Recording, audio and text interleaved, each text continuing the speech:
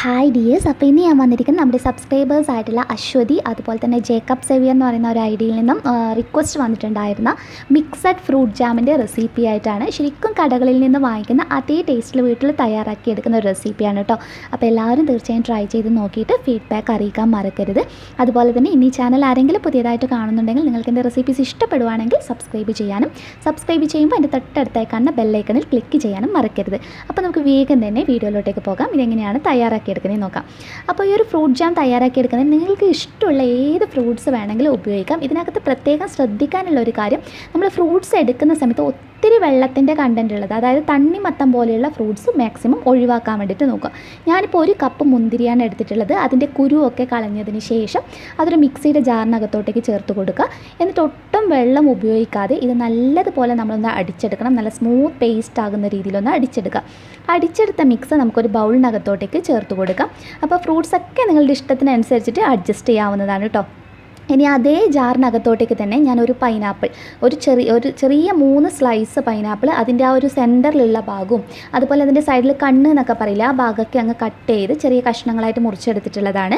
അപ്പോൾ അതൊക്കെ ശരിക്കും ക്ലീൻ ചെയ്തിട്ട് എടുക്കാൻ വേണ്ടി നോക്കുക. അതും നല്ല പേസ്റ്റ് പോലെ ഒന്ന് അരച്ചെടുക്കാൻ വേണ്ടി നോക്കുക. അത് നമുക്ക് ഇതേ ബൗളിനകത്തോട്ടേക്ക് തന്നെ ചേർത്ത് കൊടുക്കാം. അപ്പോൾ പൈനാപ്പിളിന് പകരം നിങ്ങൾക്ക് വേണമെങ്കിൽ പപ്പായയോ മാമ്പഴമോ അങ്ങനെയൊക്കെ നിങ്ങൾക്ക് ഉപയോഗിക്കാവുന്നതാണ്. അപ്പോൾ അത് ഞാനൊന്ന് ചേർത്ത് കൊടുത്തിട്ടുണ്ട്. ഇനി ഇതിനകത്തോട്ടേക്ക് ഒരു ചെറുപഴമാണ് ചേർത്ത് കൊടുക്കുന്നത്. കൂടുതലൊന്നും ഉപയോഗിക്കുന്നില്ല, ജസ്റ്റ് ഒരു ചെറുപഴം എടുത്തിട്ടുണ്ട്. കൂടെ തന്നെ ഞാനൊരു പിയറാണ് എടുത്തിട്ടുള്ളത്. ചിലപ്പോൾ പിയർ എല്ലാവരുടെ കയ്യിലും ഉണ്ടാകണമെന്നില്ല. ഈ പിയറിന് പകരം നിങ്ങൾക്ക് ഞാൻ നേരത്തെ പറഞ്ഞതുപോലെ മാംഗോയോ പപ്പായയോ അതുപോലെ തന്നെ സ്ട്രോബെറീസ് ഒക്കെ ഉപയോഗിക്കാം കേട്ടോ. ഞാനിപ്പോൾ സ്ട്രോബെറി ഒന്നും ഇതിനകത്ത് യൂസ് ചെയ്തിട്ടില്ല. സ്ട്രോബെറി ഉപയോഗിച്ച് കഴിഞ്ഞാൽ ഒരു പ്രത്യേക ഒരു സിറപ്പിൻ്റെ ഒക്കെ ഒരു ടേസ്റ്റ്, ഒരു ടോണിക്കിൻ്റെ ഒക്കെ ടേസ്റ്റ് വരുന്നത് പോലെ തോന്നുന്നത് കൊണ്ടാണ് സ്ട്രോബെറി സ്കിപ്പ് ചെയ്തിട്ടുള്ളത്. അപ്പോൾ അതിൻ്റെ ഫ്ലേവർ ഇഷ്ടമുള്ളവർക്ക് അതും ചേർത്ത് കൊടുക്കാം. അപ്പോൾ നമ്മുടെ പിയറും നല്ലതുപോലെ അടിച്ചെടുത്ത് ചേർത്ത് കൊടുത്തിട്ടുണ്ട്. ഇനി ഒരു ഓറഞ്ച് എപ്പോഴും ജാമിനൊരു സ്പെഷ്യൽ ടേസ്റ്റ് കൊടുക്കും. അതിൻ്റെ കുരുവൊക്കെ കളഞ്ഞതിന് ശേഷം മിക്സിയിലോട്ടേക്ക് ചേർത്ത് കൊടുത്ത് വെള്ളം ചേർക്കാതെ തന്നെ അടിച്ചെടുക്കുക. എല്ലാ ഫ്രൂട്ട്സും ഒട്ടും വെള്ളം ചേർക്കാതെ വേണം നമ്മൾ അടിച്ചെടുക്കാൻ വേണ്ടിയിട്ട്. ഓറഞ്ച് നമ്മൾ അടിച്ചെടുത്ത് കഴിഞ്ഞാൽ ഒന്ന് അരിച്ചെടുത്തിട്ട് വേണം നമ്മളെപ്പോഴും ആ ഒരു മിക്സ് ഇതിനകത്തോട്ടേക്ക് ചേർത്ത് കൊടുക്കാൻ വേണ്ടിയിട്ട്. ഒരു ഓറഞ്ചൊക്കെ ധാരാളമാണ് കേട്ടോ. ഒരു മിക്സഡ് ഫ്രൂട്ട് ജാമിന് നിങ്ങൾ ഓറഞ്ച് ഉപയോഗിക്കുന്നുണ്ടെങ്കിൽ കൂടുതൽ യൂസ് ചെയ്യേണ്ട ആവശ്യമില്ല, ജസ്റ്റ് ഒന്ന് ഉപയോഗിച്ചാൽ മതി. ഇത് നന്നായിട്ടൊന്ന് മിക്സ് ചെയ്തെടുക്കുക. എല്ലാം നല്ലതുപോലെ ഒന്ന് യോജിപ്പിച്ചിട്ട് ഇത് നമുക്ക് അങ്ങോട്ടൊന്ന് മാറ്റി വെക്കുകയാണ് വേണ്ടത്. ഇനി ഇതിനകത്തോട്ടേക്ക് നിങ്ങൾക്ക് ഞാൻ നേരത്തെ പറഞ്ഞതുപോലെ സ്ട്രോബെറീസോ പപ്പായയോ മാംഗോ ഒക്കെ വേണമെങ്കിൽ ഇതുപോലെ ജസ്റ്റ് മിക്സിയിലിട്ട് അടിച്ചിട്ട് ഇതിനകത്തോട്ടേക്ക് ചേർത്ത് കൊടുക്കാവുന്നതാണ്. അതിനുശേഷം ഞാനിപ്പോൾ ജസ്റ്റ് ഒരു തവ വെച്ച് കൊടുത്തിട്ടുണ്ട്. ഫ്ലെയിം ഓൺ ചെയ്തിട്ടാണ് ഉള്ളത്. ഒരു ആപ്പിളാണ് എടുത്തിട്ടുള്ളത്. അതൊന്ന് ഗ്രേറ്റ് ചെയ്തിട്ടാണ് ചേർത്ത് കൊടുത്തിട്ടുള്ളത്. ചെറിയ കഷ്ണങ്ങളായിട്ട് മുറിച്ചെടുത്തിട്ട് വേണമെങ്കിലും ചേർക്കാം. അതുപോലെ പഞ്ചസാരയുടെ അളവ് എന്ന് പറയുന്നത് ഞാനിപ്പോൾ ഉപയോഗിച്ചിരിക്കുന്നത് ഒരു 3/4 കപ്പ് മാത്രമേ ഉപയോഗിച്ചിട്ടുള്ളൂ. ശരിക്കും ഒരു കപ്പിൽ കൂടുതലൊക്കെ ഉപയോഗിക്കാം. നമ്മൾ സൂപ്പർ മാർക്കറ്റിൽ നിന്നൊക്കെ വാങ്ങിക്കുന്നത് വളരെ സ്വീറ്റ് ആയിട്ടുള്ളതാണ്. അപ്പോൾ അത്രയും മധുരം വേണമെങ്കിൽ അങ്ങനെ ചേർക്കാം. അപ്പോൾ നമ്മൾ വീട്ടിൽ കുട്ടികൾക്കൊക്കെ കൊടുക്കാനുള്ളതല്ലേ, ഒത്തിരി അങ്ങ് മധുരത്തിൻ്റെ ആവശ്യമില്ല. കാരണം ആവശ്യത്തിന് മധുരം ഫ്രൂട്ട്സിനകത്ത് തന്നെയുണ്ട്. അപ്പോൾ പഞ്ചസാര അതുകൊണ്ടാണ് അളവ് കുറച്ചിട്ടുള്ളത്. നിങ്ങൾക്ക് അത്രയും മധുരം വേണമെന്നുണ്ടെങ്കിൽ അതിനനുസരിച്ചിട്ട് അഡ്ജസ്റ്റ് ചെയ്യാവുന്നതാണ് കേട്ടോ. പിന്നെ നമ്മൾ ഇത് നന്നായിട്ട് പഞ്ചസാര മെൽറ്റായി വന്നതിന് ശേഷം ഇതിനകത്തോട്ടേക്ക് നമ്മൾ നേരത്തെ അടിച്ചു വെച്ചിരിക്കുന്ന എല്ലാ മിക്സും ചേർത്ത് കൊടുക്കാം. അപ്പോൾ എന്തുകൊണ്ടാണ് നമ്മൾ ജസ്റ്റ് ആപ്പിൾ ഗ്രേറ്റ് ചെയ്ത് ചേർത്ത് കൊടുത്തതെന്ന് പറഞ്ഞു കഴിഞ്ഞാൽ, ആപ്പിൾ ചെറുതായിട്ട് നമ്മൾ ജാം ഉണ്ടാക്കി കഴിഞ്ഞാൽ ജസ്റ്റ് ഒരു തരിതരിപ്പ് പോലെ ചെറിയൊരു പീസ് പോലെ ചെറുതായിട്ട് ഒന്ന് കിട്ടുന്നതിന് വേണ്ടിയിട്ടും ആ ടെക്സ്ചർ ഒന്ന് കറക്റ്റായി കിട്ടാൻ വേണ്ടിയിട്ടാണ് നമ്മളത് ഗ്രേറ്റ് ചെയ്ത് ചേർത്ത് കൊടുക്കുന്നത്. അപ്പോൾ ഇത് നന്നായിട്ടൊന്ന് മിക്സ് ചെയ്ത് കൊടുത്തതിന് ശേഷം ഇനി വെള്ളം നല്ലതുപോലെ വറ്റിച്ചെടുക്കണം. അപ്പോൾ ഫ്ലെയിം എന്ന് പറയുന്നത് മീഡിയം ഫ്ലെയിം തുടങ്ങിയിട്ട് ഒരു ഹൈ ഫ്ലെയിം ഇട്ടിട്ടൊക്കെ നമുക്ക് ചെയ്തെടുക്കാം.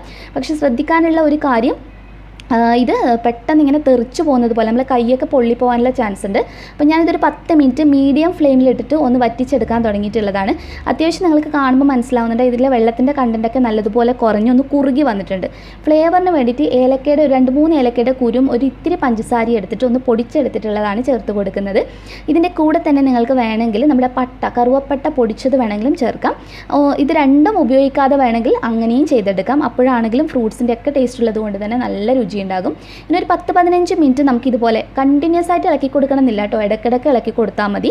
അപ്പോൾ ഇത് നന്നായിട്ട് ഇപ്പോൾ ഒരു 20-25 മിനിറ്റിനടുത്ത് എടുത്തിട്ടുണ്ട്. നല്ല തിക്കായി വന്നിട്ടുണ്ട്. ഇനി ഇതിൻ്റെ പാകം നോക്കുന്നതിനായിട്ട് ഒരു ഇത്തിരി ജാം ഇതുപോലെ എടുത്തിട്ട് പാത്രം ഒന്ന് ചരിച്ചു പിടിക്കാം. ആ ചരിച്ചു പിടിക്കുന്ന സമയത്ത് ഇതിങ്ങനെ വെള്ളം പോലെ താഴോട്ടേക്ക് ഒഴുകി വരുന്നത് പോലെ ഉണ്ടെങ്കിൽ ജാം പാകമായിട്ടില്ല എന്നാണ് അർത്ഥം. ഇതിപ്പോൾ നല്ല തിക്കായിട്ട് വന്നത് കണ്ടില്ലേ, ഈ ഒരു കൺസിസ്റ്റൻസിയിൽ വേണം നമുക്ക് കിട്ടാൻ വേണ്ടിയിട്ട്. വെള്ളത്തിൻ്റെ കണ്ടൻറ്റ് ഉണ്ടെന്ന് തോന്നിക്കഴിഞ്ഞാൽ ഒരു ഇത്തിരി സമയം കൂടി ഒരു മീഡിയം ഫ്ലെയിമിലിട്ടിട്ട് ഒന്ന് വറ്റി വറ്റിച്ചെടുക്കാൻ വേണ്ടി ശ്രദ്ധിക്കുക. അതിനുശേഷം ഫ്ലെയിം ഓഫ് ചെയ്തിട്ട് ഒരു 5 മിനിറ്റ് ഇതൊന്ന് ചൂടാറും. ഒത്തിരി സമയം വേണ്ട, ജസ്റ്റ് ഒരു 5 മിനിറ്റ് ചൂടാറിയതിന് ശേഷം ഒരു ചെറിയ ചെറുനാരങ്ങയുടെ ജ്യൂസ് കംപ്ലീറ്റ് ആയിട്ട് എടുത്തിട്ട് അത് ഇതിനകത്തോട്ട് ചേർക്കുന്നുണ്ട്. അപ്പോൾ ഓറഞ്ച് ജ്യൂസ് ചേർക്കുന്ന സമയത്ത് ശരിക്കും ചെറുനാരങ്ങയുടെ നീരിൻ്റെ ആവശ്യമില്ല കേട്ടോ. പക്ഷേ ചെറുനാരങ്ങ നീര് ഫൈനലായിട്ട് ചേർക്കുമ്പോൾ ജാമിന് ഒരു സ്പെഷ്യൽ ടേസ്റ്റാണ്.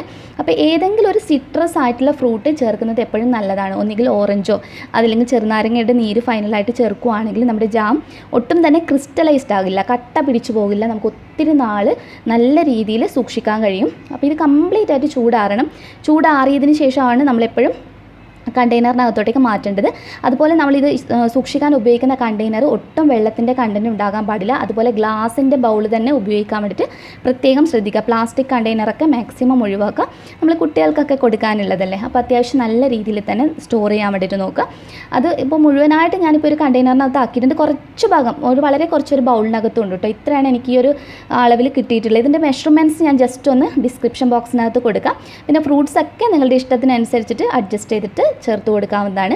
ഇനി ഇങ്ങനെ നമ്മൾ സൂക്ഷിക്കുന്ന ഫ്രൂട്ട് ജാം നമുക്ക് ഫ്രിഡ്ജിനകത്ത് ഒത്തിരി നാൾ നിങ്ങൾ കുറേയൊക്കെ ഉണ്ടാക്കുകയാണെങ്കിൽ ഒത്തിരി നാൾ സൂക്ഷിക്കണം എന്നാണെങ്കിൽ ഇത് നല്ലതുപോലെ ഇതുപോലെ എയർ ടൈറ്റ് ആയിട്ടുള്ള കണ്ടെയ്നറിനകത്ത് ചേർത്ത് കൊടുത്തതിന് ശേഷം ഫ്രിഡ്ജിനകത്ത് വെക്കുകയാണെങ്കിൽ 6 മാസം വരെ ഒരു കേടും കൂടാതെ നമുക്ക് സൂക്ഷിക്കാവുന്നതാണ്. ശരിക്കും ഒരു പ്രിസർവേറ്റീവ്സും ഇല്ലാതെ ശരിക്കും ഇതിൻ്റെ ടേസ്റ്റ് എന്ന് പറഞ്ഞാൽ നിങ്ങൾ ഉണ്ടാക്കി കഴിഞ്ഞാൽ നിങ്ങൾക്ക് എന്തായാലും മനസ്സിലാകും. ശരിക്കും നമ്മൾ പുറത്തുനിന്ന് വാങ്ങിക്കുന്ന നമ്മൾ കിസാൻ ഫ്രൂട്ട് ജാം ഒക്കെ ഇല്ലേ, അതിൻ്റെയൊക്കെ പോലെയുള്ള സെയിം ഫ്ലേവറാണ് ഇതിന്. അപ്പോൾ മാക്സിമം പറഞ്ഞ ടിപ്സൊക്കെ ഇൻക്ലൂഡ് ചെയ്തിട്ട് ഒന്ന് ചെയ്തെടുക്കാൻ വേണ്ടി നോക്കുക. ഇന്നത്തെ റെസിപ്പി എല്ലാവർക്കും ഇഷ്ടമാണെന്ന് വിചാരിക്കുന്നു. ഇഷ്ടപ്പെടുവാണെങ്കിൽ ലൈക്ക് ചെയ്യാനും ഷെയർ ചെയ്യാനും മറക്കരുത്. നെക്സ്റ്റ് വീഡിയോയിൽ ഇനിയും കാണുന്നത് വരെ ബൈ ബൈ, ടേക്ക് കെയർ.